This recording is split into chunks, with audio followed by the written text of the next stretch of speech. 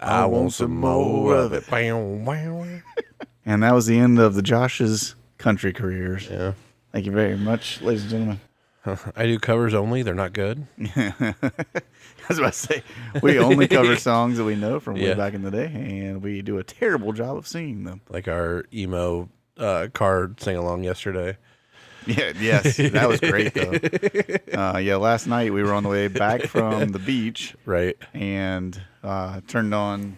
It's called Brooks Jams in my phone because it is all the songs that Brooke used to listen to when she was in like late high school, college days. Right. I always jokingly say it's the bands with boys that look like girls. Yeah. In them.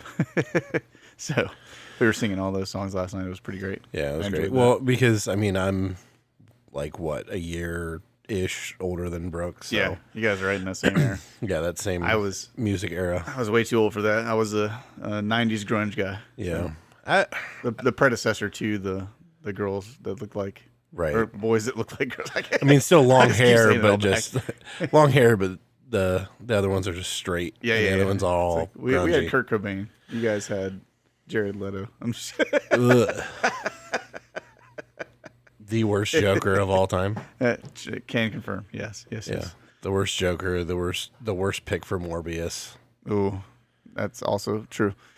Oh, hey everybody! We're recording from the middle of nowhere in North Carolina. Right, both of us actually this time. We're both here. Yeah. So the next, this episode, next episode, you'll be hearing from us right here on the couch in the Eatman's new household down here in North Carolina. This feels weird, like recording on the couch. Like I don't know what to do. It feels really strange. Like it feels weird just not being in the podcast attic anymore that we used to sit in and stuff. But we're sitting right here in our living room right now for this recording. Right. It'll be different the next time you'll see us on, 2 episodes from now, you'll see us on Discord together. So we'll have some video and all that stuff. Josh finally figured out how to screen capture Discord. Yeah, he did. So he's doing great things.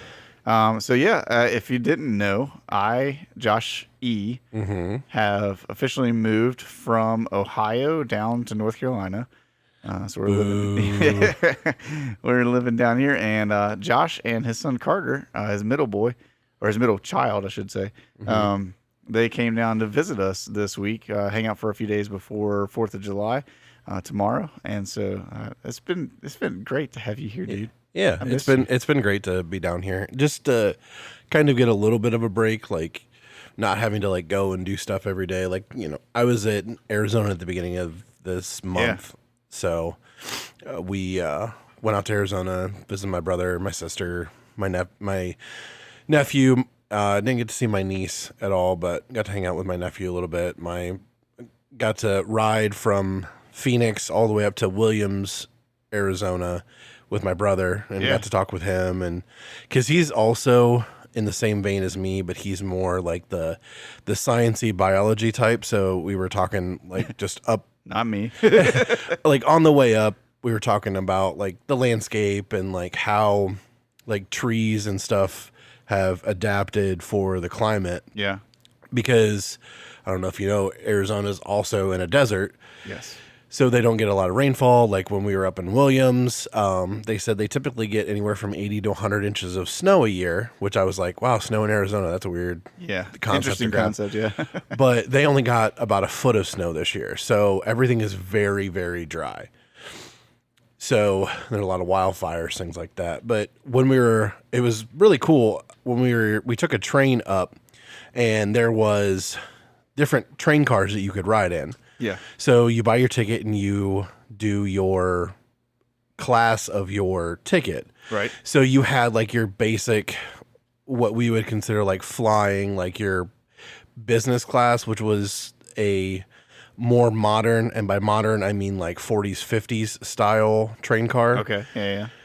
Then you had your first class ones, which were a lot more lavish. They had like their own food service and things like that in it. But that one and the one that we rode in had air conditioning, which was really nice because Arizona hot. Right. But they also had a old, I think it's called a steerage cart. Okay. But it was like a 1800s rail car. Right. That had like the windows, like the old bus windows where you could you could slide the windows down. Yeah. So no AC. You could feel the rails when you moved and stuff like that. Sounds like a great recipe for me to throw up. Right.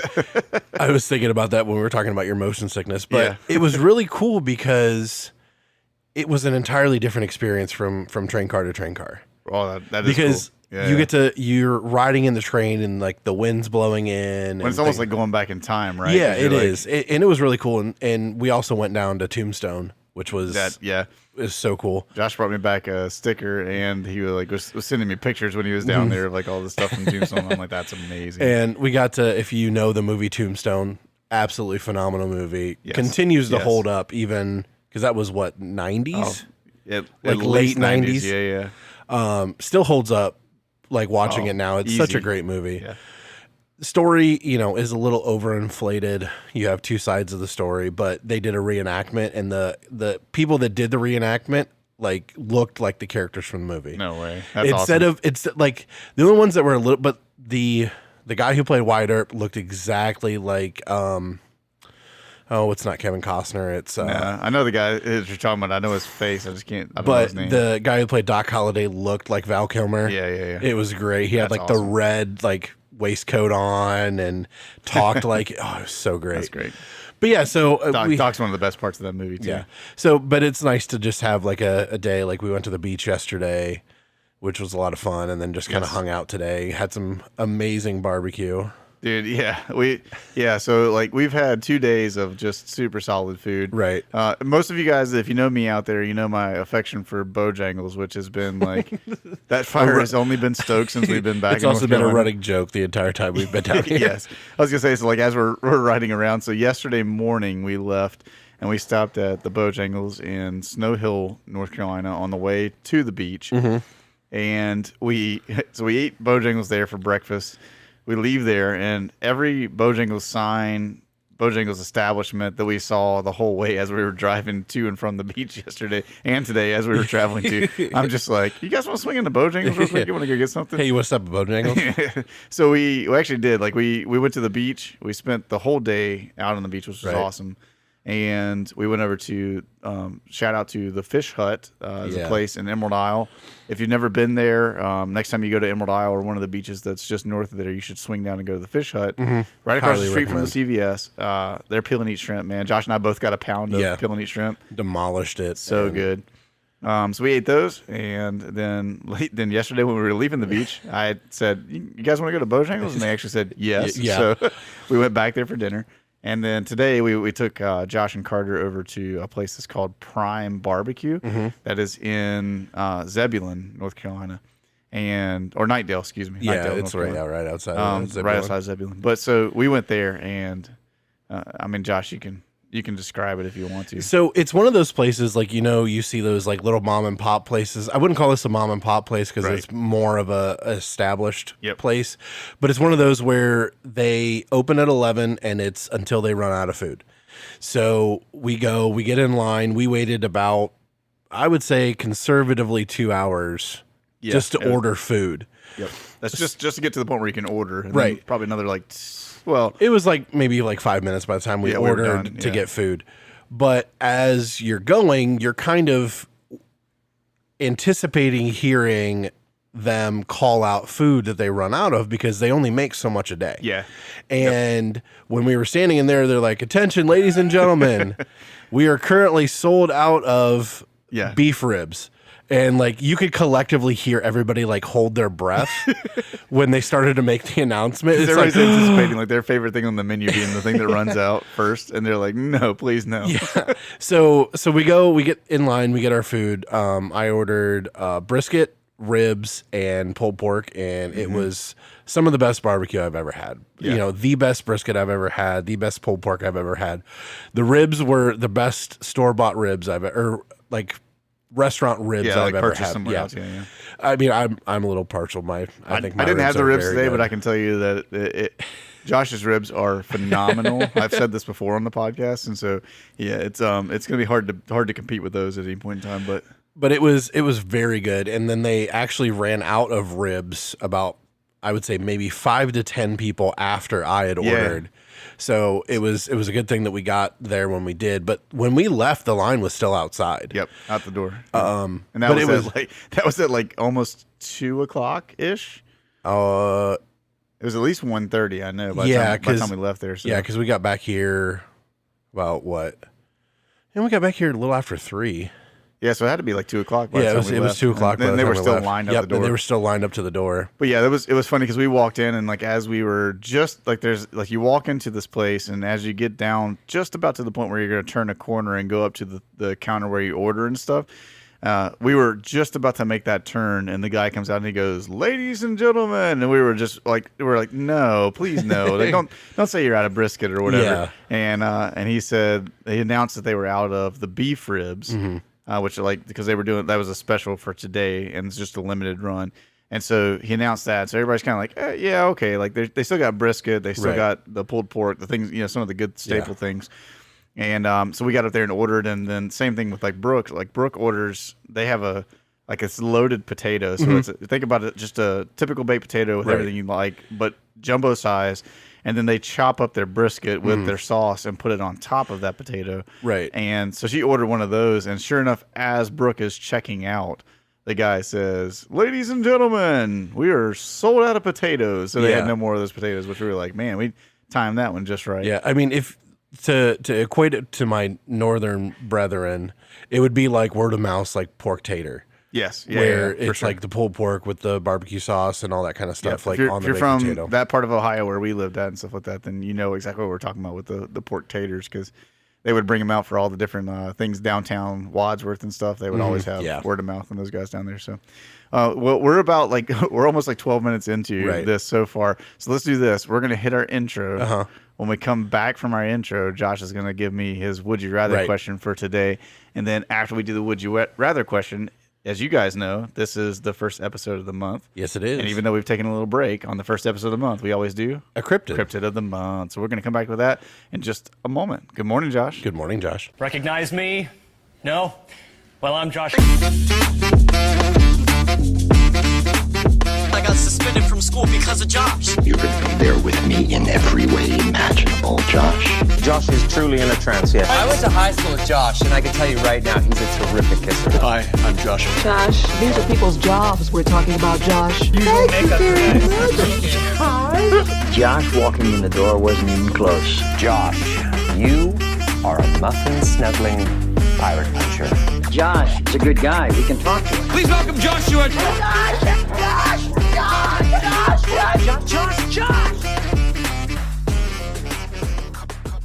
And we back. Yeah, this is another thing where I didn't bring my headphones down, so I don't know when the intro is actually. So I'm sitting here having to quote the intro along with it so he knows where we are in it. So I do have a would you rather, and I was like looking through my list and things like that. So would you rather be haunted by a polite ghost who critiques your life or an aggressive ghost who never speaks? So you have a very aggressive ghost, but just doesn't talk to you at all. But you have a polite ghost, but he critiques everything that you do. So how is a ghost aggressive?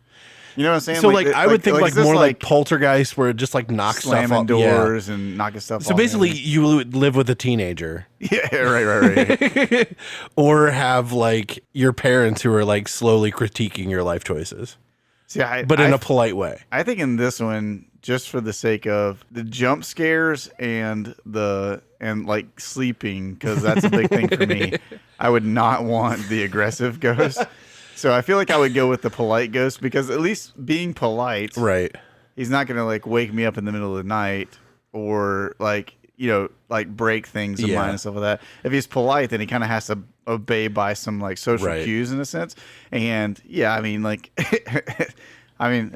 I guess being judged is kind of just part of life anyway. Right. So I would almost think like, would it be worse if it was like a passive aggressive ghost? Like, you're gonna wear that out? Yeah, okay, like that's a choice. That would be more annoying in a sense because it's just like, oh, you're gonna make that decision? Ooh. Are we sure we should be eating that today? That kind of thing? Didn't you make this choice like 2 weeks ago and had the same result, maybe Yeah, right, we exactly. shouldn't do that. Yeah, are we sure we want to go there again, bud?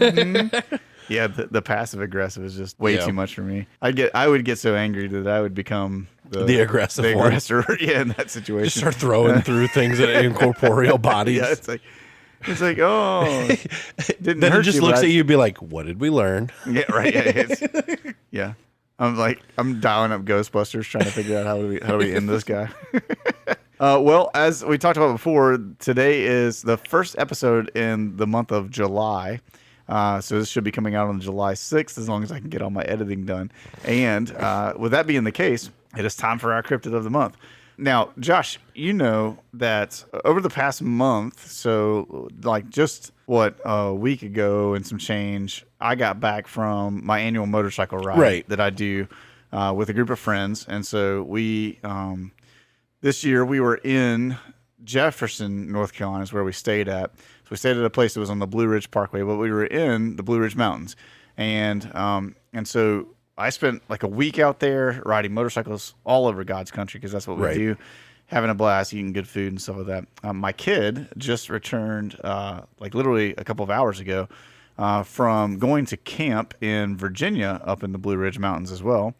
And I thought it'd be fitting that since we were looking for a cryptid to do today, that we would find one that was from the Blue Ridge Mountains or in that area at least. Oh, okay. So I found one, and I'm hoping that you haven't heard of this one because this one is kind of a very humorous one to me. You'll see why as we get into it and stuff. But Perfect. Have you ever heard of the Boojum? No. There's a very, very curious look on Josh's face. So I think I've heard of something called like a boudreaux, but that's like more like Louisiana, like Creole word, I think. Now this is the Boojum, spelled Boojum. The Boojum. Okay. Yeah. Trust me, it seemed really weird to me when I looked it up and stuff like that too. But supposedly this is where the Balsam Mountains meet the Blue Ridge Mountains. Okay. There's a kind of local. I'm going to go ahead and throw them into a category here to a degree, but it'd be kind of a local Bigfoot. Oh, okay. But Bigfoot in a very different and strange way, and I'll explain that as we kind of get into it. Hillbilly Bigfoot, or he's definitely a little bit hillbilly. I'll give you that one. But I would say like maybe not so much hillbilly. Maybe a little bit more hippie is the word that I would use to describe the Boojum, based on what I've read from his stories and stuff. So the interesting thing is that the Boojum is kind of a combination of the hillbilly, like the backwoods people of that part of North Carolina and stuff, and Cherokee legends. And so so it's kind of a blending together of some of the different things. But the Boojum is supposed to be this, like Bigfoot, like Yeti, who are kind of his more famous cousins in a sense. He takes on a different kind of personality trait that I found really interesting. Now, they said he's much like the descriptions of Bigfoot and the Yeti and stuff. He's supposed to be about 8 feet tall, covered in thick gray fur. He's very much in that sense. Except for they say that his face is very like uncannily human. So he's almost like you know those wolf guys that you see on the TV and stuff, where they've got fur everywhere, but their face kind of sticks out as like more human-esque. Because they are humans. That's kind of insensitive of me to say, but that's the way this guy kind of comes across in a sense. Well, here's what makes him different is, number one, he has this crazy obsession, according to everything that I've seen, of being obsessed with gems, like shiny rocks and stuff, right? Okay. So he's into crystals, got it. Yeah. So the Boojum, like part of his thing and part of the legend about him and stuff is that like they kind of think it was more so like these mountaineers and stuff like that trying to come up with an explanation for when you're out in the mountains and you're hiking around, maybe you're around like a river or a trail or something like that, and you see something shiny, right? Like something catches your eyes, kind of gleams in the sunlight. You look away for a second and look back, and it's gone. It's gone, yeah. And so they say that this is attributed to the Boojum, that it's him collecting ganking those rocks and stuff. And so there's some people say, and this is not full on with this, right? But some people say that it is like like this weird connection between the Boojum and the gems, that whenever a human being like sees them, it's almost like the gems through the human beings like call out to him or whatever, and that as soon as the human looks away, he like snatches it in a split second and is gone. Now, most people are like, dude, you just saw like light glimmer off of a rock or a river or whatever, that type of thing and stuff. But that's kind of where most of this legend comes from. Okay.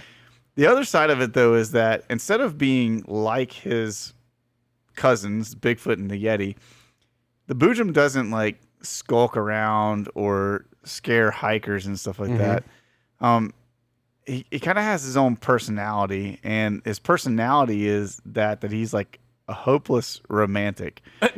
So he's like a penguin. He like gives like pebbles and stuff to like people. Well, so like one of the things that like the Boojum is known for, and again, we're going to see some explanations in this, but one of the things the Boojum is known for is that whenever young ladies would be out bathing in rivers or pools and stuff like that around the mountains and stuff like that, they would always say that there was someone watching them as they bathe and stuff. And so that was attributed to the Boojum as a part of that he was the one that's constantly watching. But there's also a story about him that like where part of this legend comes from is that the Boojum actually fell in love with a mountain girl named Annie. Okay. And so they actually, at least the stuff that I've read about this, said that the term hootenanny actually came from this supposed relationship between the Boojum and Annie. Really? Because the way that they would communicate with one another was through like hoots and hollers and stuff like that. And so they had a language of their own, right? Because he didn't speak English. Right. And so Annie would like communicate with the Boojum by... So it was hooting at Annie? Yeah, so he was like hooting at Annie, and Annie was hooting, so it was hooting Annie. And so that's where they said that the term like supposedly has like some at least some backstory, right? But they say that like that some people said it was like true love, that these two actually like loved one another and spent their time. Like she chose to leave modern society to go with him out into the mountains and stuff. Some people tell it from a different version, that it wasn't necessarily love, but that he was smitten with her. She was after his gem collection of things that he had been like stealing and stuff. And so she went off with him to try to figure out where that was. Well, so the Boojum is just this kind of creepy dude to a degree, hangs out in the woods, like likes looking at the ladies, and that collects gems.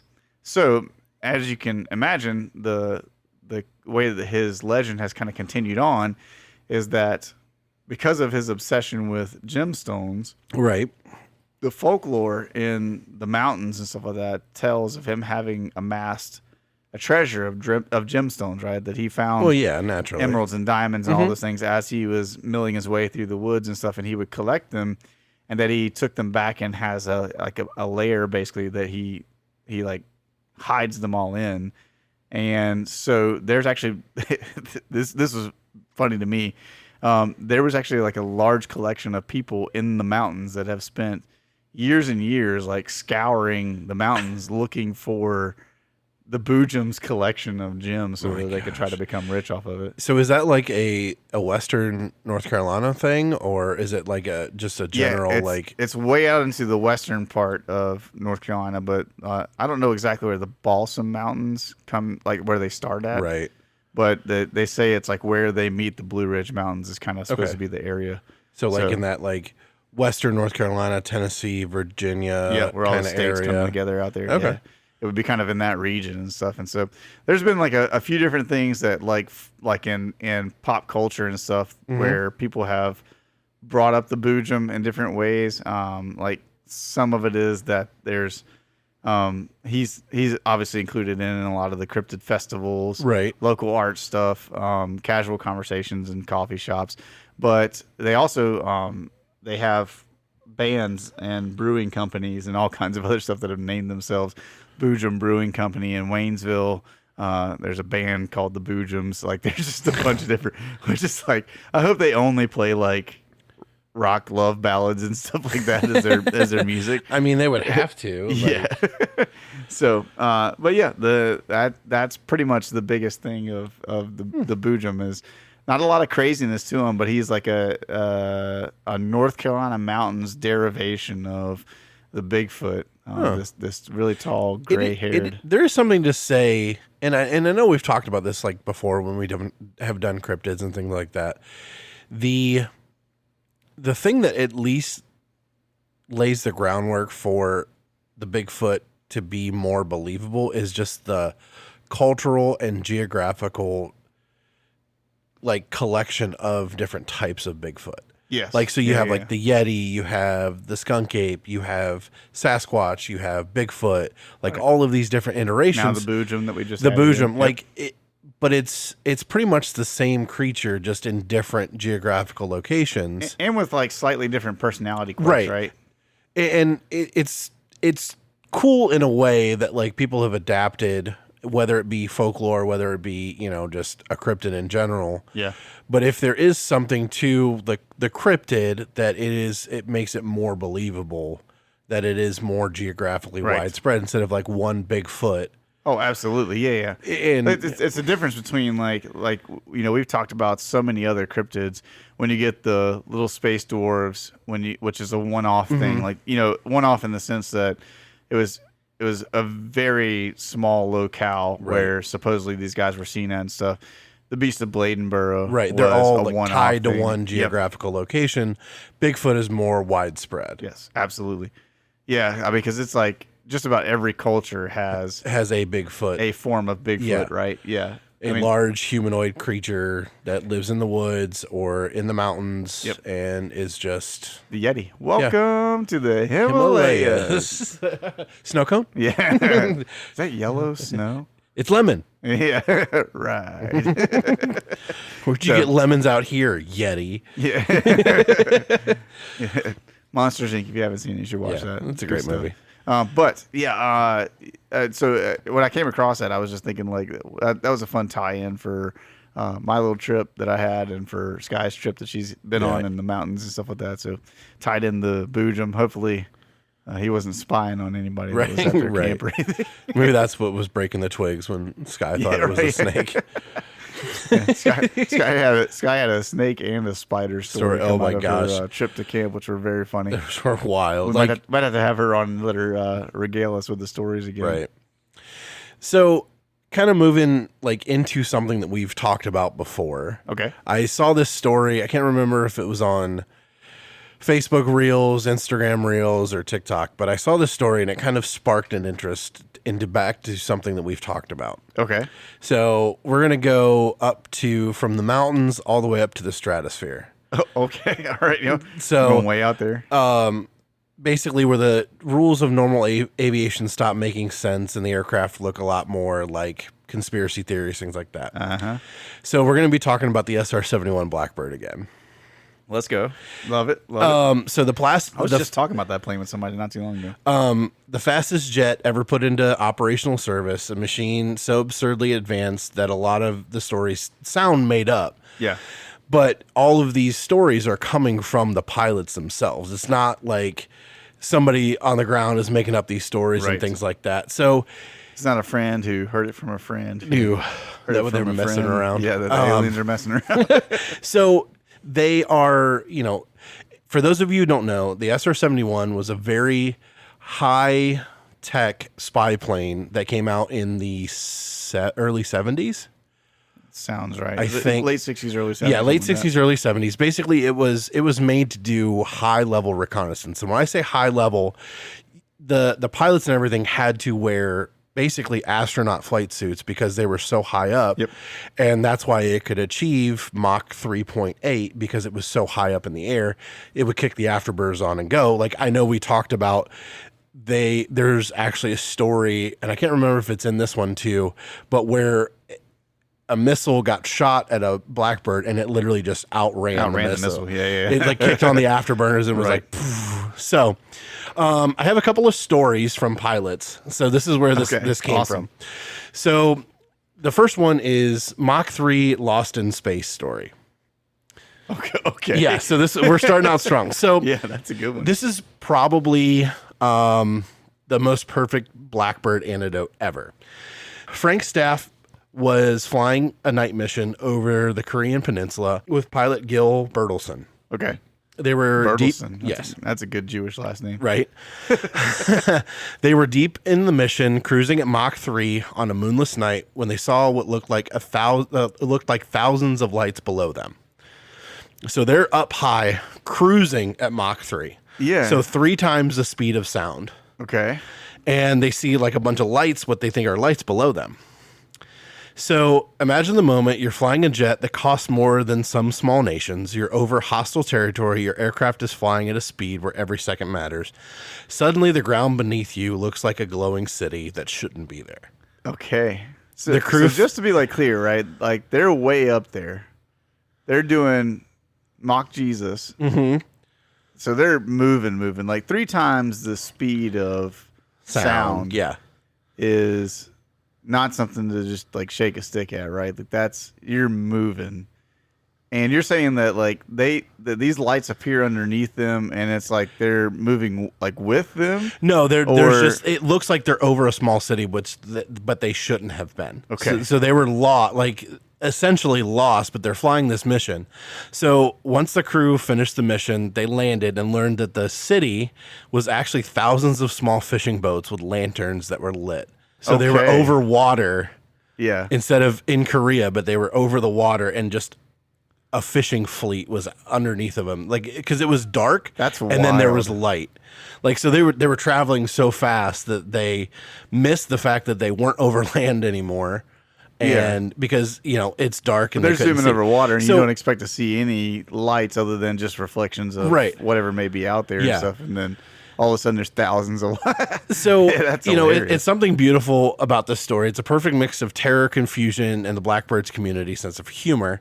It shows that how extreme the aircraft was. A tiny error in timing or position could have been a whole new adventure by the time you realize what actually happened. So crazy. this is the story that I heard that sparked this whole thing. Okay. This kind of sounds like a scene out of a movie. Okay. I'm going to preface this story with one word: Maverick. We're going Top Gun? So Maury Rosenberg told the story of a flight back from Another Jew. Beale Air Force Base after an air show. The crew had extra fuel, so they asked if they could make an approach over Sacramento Commercial Airport. So they were flying back to Beale, Yeah. but their path was going to take them over Sac. Okay.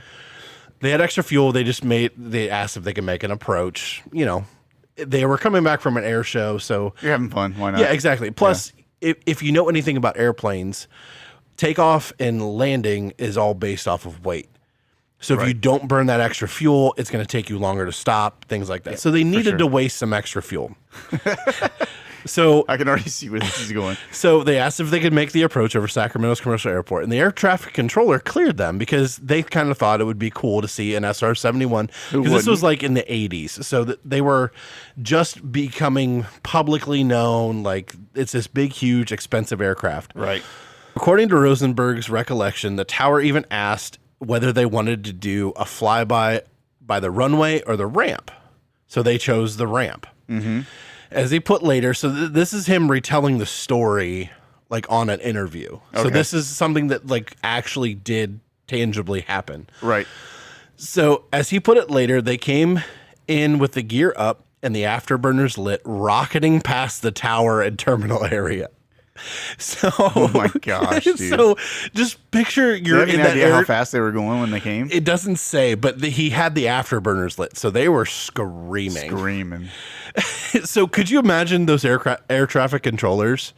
All of a sudden, you just see this little black dot, and by the time you blink, there is a military SR-71 buzzing by your the tower. Gosh. That's crazy. And for those of you that are out there listening right now, go to Google, search for SR-71 Blackbird size, Yeah. and go to the images section. The second image that you're going to see there is going to show you what the SR-71 looks like compared to a normal prop plane and then a bunch of other like the jets that we typically fly in the military and stuff surrounding it. And it is not a small plane. No, it is like I not. think that's like most people hear like how fast it goes and how high it goes and stuff, and they think, oh, it's got to be like a little bullet of a plane. It is not. It is massive. I mean, it's bigger than the MiG-25. Right. Like for like size comparison and stuff. So So it gets better. This is one of the stories that only works with an SR-71. Like if it was a Cessna, it would be a police report. right. But if a Blackbird does it, it becomes aviation legend and folklore. Yes. So, and the best part is the air traffic controller's reaction. The tower reportedly asked if they could do it again. No way. Yeah. That's awesome. The funny part is the only That's person so that funny. knew that this was happening was the air traffic controller. He didn't tell anybody else there. So people were literally I hitting love it. the deck as I this love thing it. does the flyby. But Rosenberg declined, which was wise because once you've made a commercial airport, think the apocalypse is arriving at 2,000 feet. Maybe you don't push your luck. That's hilarious. A lot of the Blackbird story have the same underlying joke. The crews know exactly how fast they were and enjoyed reminding everybody else. The SR-71 cite that the catalogs that these stories include Rosenberg's recollection from where they were, the things they couldn't do in an airplane, but they were still the fastest guys on the block. And that attitude shows up all over that lore. It wasn't arrogance. It was so much a recognition that the aircraft changed the social order of the sky. That's awesome. With that, so expounding on the story. So he goes on to retire, but when he lands back at Beale, the commander at the base learns of what happened. He comes up to him and he's like, "Wow, like, you know, they land, they park the Blackbird in the hangar." Sorry, I just got this image of like they land, he hops out, tosses the keys to a valet. It's like, Right. Yeah, make sure you fill up with gas Yeah. before you bring her back. Can you clean off the windows? You got a little got a little smudge on it. But the commander of the post meets him in the hangar. Yeah. After he heard about that, he's like, "Is there a statute that prevents you to do that?" He's like, "No, sir, there's not." He's like, "Have one on my desk by 7 a.m. tomorrow." So basically, they had to. He was the one because he did something. He had to write the rule of how not to do it again. Yeah, exactly. So he That's had to funny. go in and write a report on regulations of why they shouldn't do that. So That's very funny. after he retires, he goes on to be a commercial pilot, which a lot of military pilots do. Yeah. So he was flying. He was the second. They put this dude in a Boeing 747. Yeah. So he was a first officer. He was never like an actual pilot. Right. Well, he was in a 737 or one of the bigger Boeing planes. Yeah. So he's going and they're flying a leg to, I forget where it was, like a cross country leg. So their turn comes up because it was one where they had a crew and a relief crew. So him and his pilot were on duty. They were Right. flying the plane, and they had somebody from one of the stops was deadheading to the next place. Okay. Yeah. And they got to talking, and she was like telling like where she had been and things like that. And she was like, "Oh, I worked at the Sacramento airport." And he turns around and asks her, were you working this day or were you there like between these Right, years? this time. And she's like, "Yeah." And he's like, "Did you ever hear of like an SR-71 like blowing by the tower?" And she like was like, "Yeah, I was working that day." And he like looked back, he's like, "Yeah, that was me." And like they were laughing about it, like because she was the one that told them that like everybody was freaking out because they had no idea what was happening. The people were like hitting the deck and like I mean, thinking, can you imagine you're working on the tarmac at an airport? "Oh my gosh." Like they just say you're unloading baggage or whatever, and then the next thing you know, an SR-71 Blackbird comes over At 2,000 just feet, moving. right next to the air traffic controller tower. Like full, like, I'm sorry, Maverick, but this kind of levels up the flyby Yeah, that he absolutely. does by Absolutely. the tower. Yeah, your F-16 is cute. so yeah, I have a couple more stories, but Okay. so one is about Brian Schul. So he became one of the best known Blackbird storytellers because he could explain the airplane in a way that was vivid, funny, and just a little bit theatrical, which Okay. we love Yeah. I love a good Right. pilot that can describe this stuff. Yes. One of the most famous stories is the ground speed check with the Los Angeles Center, where the exchange is remembered as a deadpan reminder that the SR-71's pace made normal air traffic conversational feel surreal. It's the kind of story that lands because the humor comes from an understatement. So Schul became known for describing the emotional side of flying a jet that he had already survived being shot down in Vietnam. He endured a long recovery, then returned back to aviation before eventually flying the Blackbird. He talked about the SR-71. He wasn't just describing the machine. He was describing the reward of surviving one life and getting the chance to another. Yeah. So this guy he always talked about like the ground speed and things like that. Like you just don't understand how fast this thing actually Right. goes. Another story, it's an encounter with a French Mirage 3 pilot.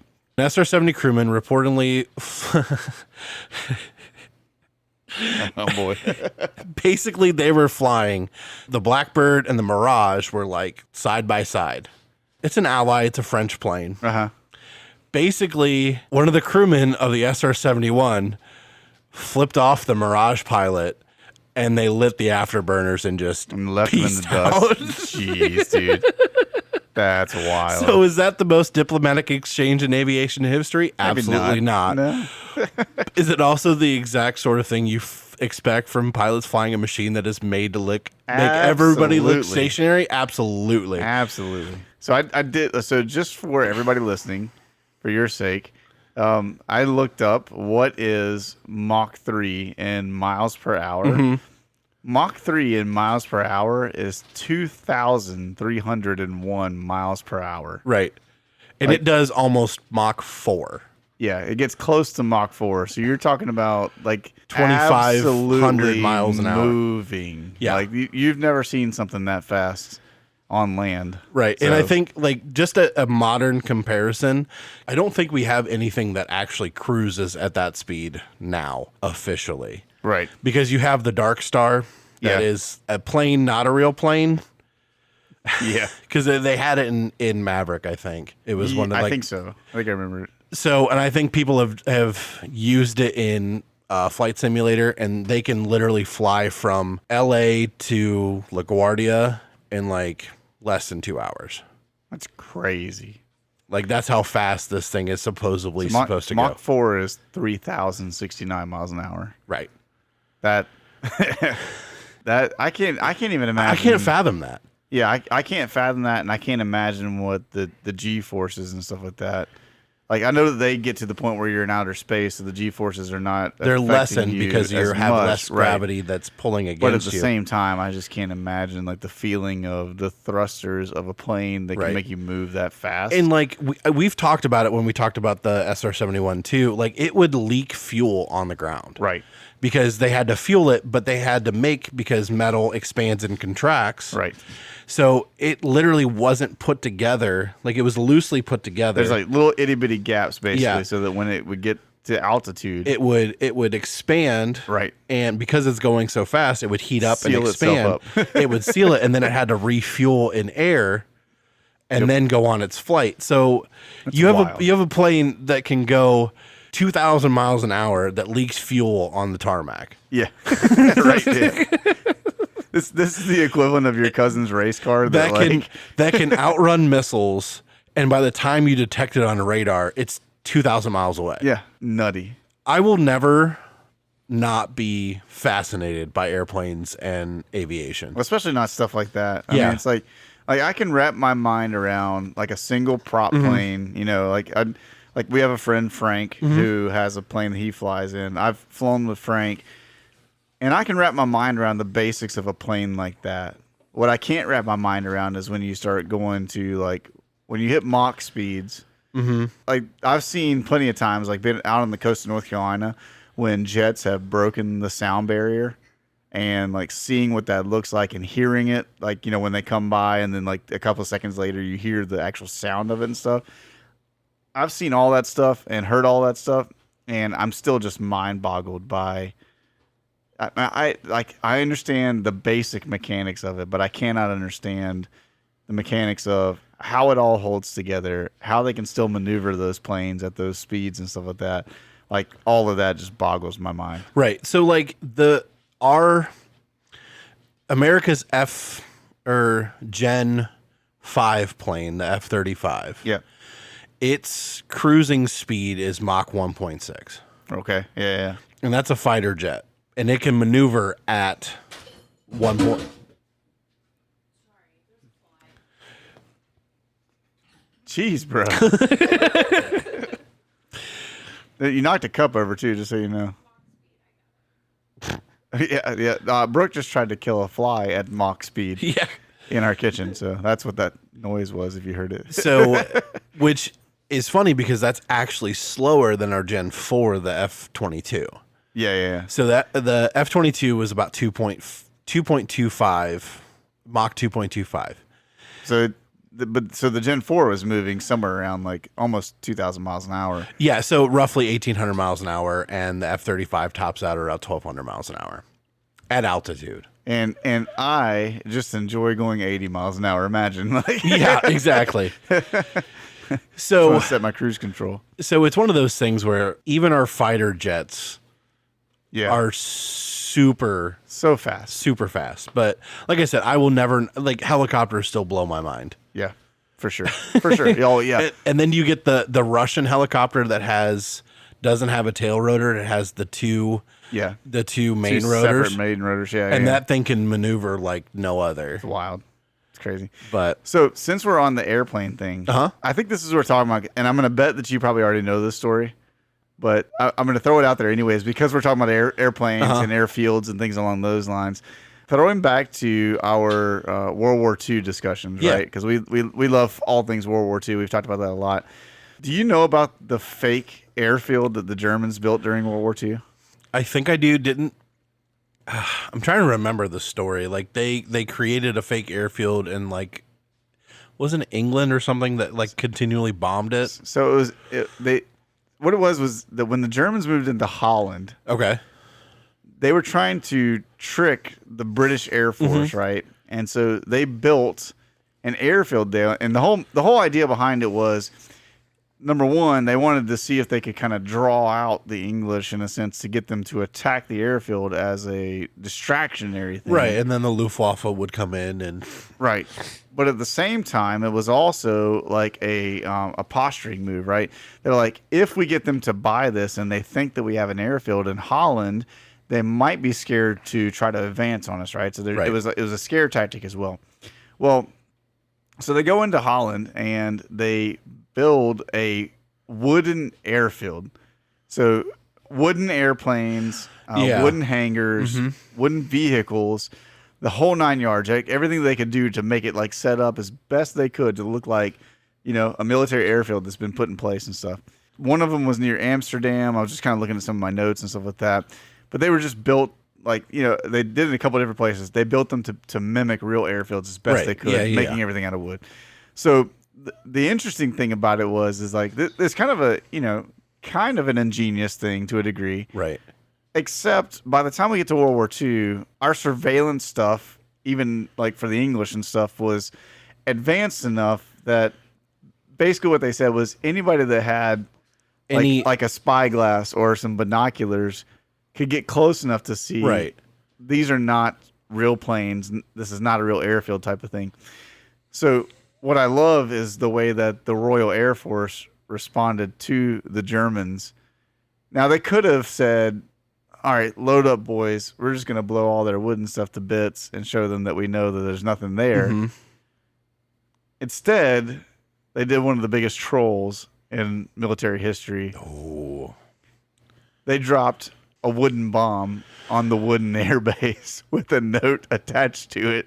That's basically amazing. saying like the jig is up. We know what you're doing, and here's our That's wooden bomb. amazing. Yeah, so they dropped this thing just to basically kind of poke fun at them and stuff, and they said that there's a French author, Pierre Antoine, I'm not going to try to say his last name, who found more than 137 different people who gave testimonies relating to the event, saying that it's a true thing that they dropped that the English built a wooden bomb and dropped a wooden bomb on a wooden air base to just poke fun at the Germans and stuff. I'm like, that's one of the best pieces of trolling that anybody did during World War II. And there was a lot of them. Because we talked about, why am I drawing a blank on it now? The cadaver where they dressed the guy up as the English officer and put papers in his bag. Yeah. And that whole 9 yards. I can't remember the name of the operation now. But I watched Operation that movie. Weekend at Bernie's. That's what we're going to refer to it right now. Weekend at Bernie's. Yeah, like so there were a lot of things that were done like trolling people in World War II. And I think that this was one of the best ones. Is like, the Germans go through all this effort to build this wooden base to try to draw out all the fighters and stuff like that from the English, and the Royal Air Force instead just says, no, we're just going to build a giant wooden bomb and drop it right in the middle of their crap. That's so great. It's almost like, in a sense, like the Trojan horse, where you're like, oh yeah, 100%. Just leaning into that, like, oh, you're gonna do this. Well, all the Germans that were sitting there watching that wooden airfield are just like, they see the plane coming, they're like, oh, it's working, it's working. Is it finally That's busted? good. That's good. That's good. They're like excited about it, and then they see something falling, and they're like, oh, here it comes. It's gonna blow up, right? They're waiting in anticipation. It's just thud. And then eventually somebody gets brave enough to wander in there. They send in the little scout guy, and he's like terrified out of his mind because he thinks he's going to get blown up. And he gets in there, and there's a note written in German from the Royal Air Force saying, like, nice try, fellas. We got you. That's great. That's a good troll. I love that. So anyways, that's all we've got for you guys today in this episode. We're going to get ready to wrap up, but we want to remind you, as always, number one, man, we're excited to be back. Yeah, it's good. Like we're back from the break and stuff. We got this episode and one more that we're recording today here at my house. And then once Josh gets back to Ohio and I get a little bit of time to get my setup done in the office in there, we'll have spaces where we're going to be recording over Discord like we've tried out before, which worked really well. And so Josh has got his video figured out. Hopefully my stuff works on my end. And as long as everything goes according to plan, we will have more podcast episodes coming up in the next couple of weeks, and we will start having some video things we can put online for you as well. Yes, sir. Which, by the way, if you're listening to this episode, make sure you stick around for next episode, because I've got some ideas of some things that are going to make the video aspects of this very fun. And always check out our link tree. It's going to be in the show notes and all of on our socials.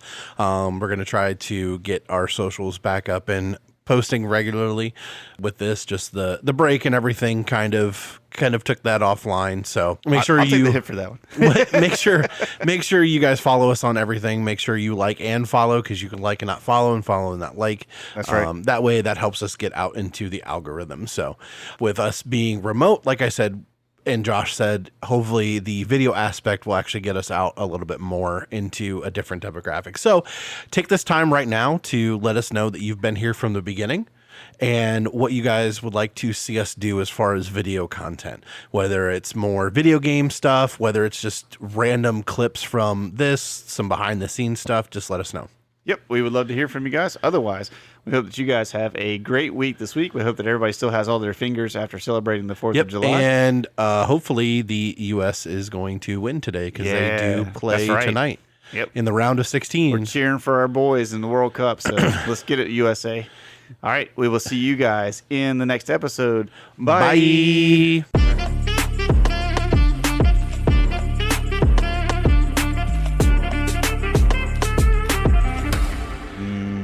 Yes. Speaking of the World Cup, can we just talk about the boys that were kicking the soccer ball against the fence today? Oh my gosh. Freaking kids were like the worst goalie of all time. Dude, we're waiting in 100 degrees North Carolina weather, which 100 degrees here is like 120 degrees anywhere else because of the stinking humidity. So we're waiting outside to get in to get delicious barbecue. And while everybody's miserable out there, there's, 4 little kids Yeah, I think it was like 4. that Yeah. are just absolutely drilling soccer balls against the fence that we're all standing close to. And when I say that, like, by the 5th or 6th time that they did it, I was ready to, like, punt someone. Oh yeah. Yeah, it was rough. Infuriating. But it's been cool to see the U.S. doing so well in the World It Cup. I'm is. praying that they're going to go a little bit further. That'd be great. Yeah. Well, it's also nice too that all 3 host nations are still in it. That's in right. the round of 16. So Canada, the United States, and Mexico. Mexico. Hopefully, everybody continues to go further. That'd be awesome. See all of the North and Central America teams Right. just keep on rocking it. Yeah. You know what we should do? What's we should that? go to Bojangles. Oh, you want to go to Bojangles? Let's go to Bojangles right now. Yeah.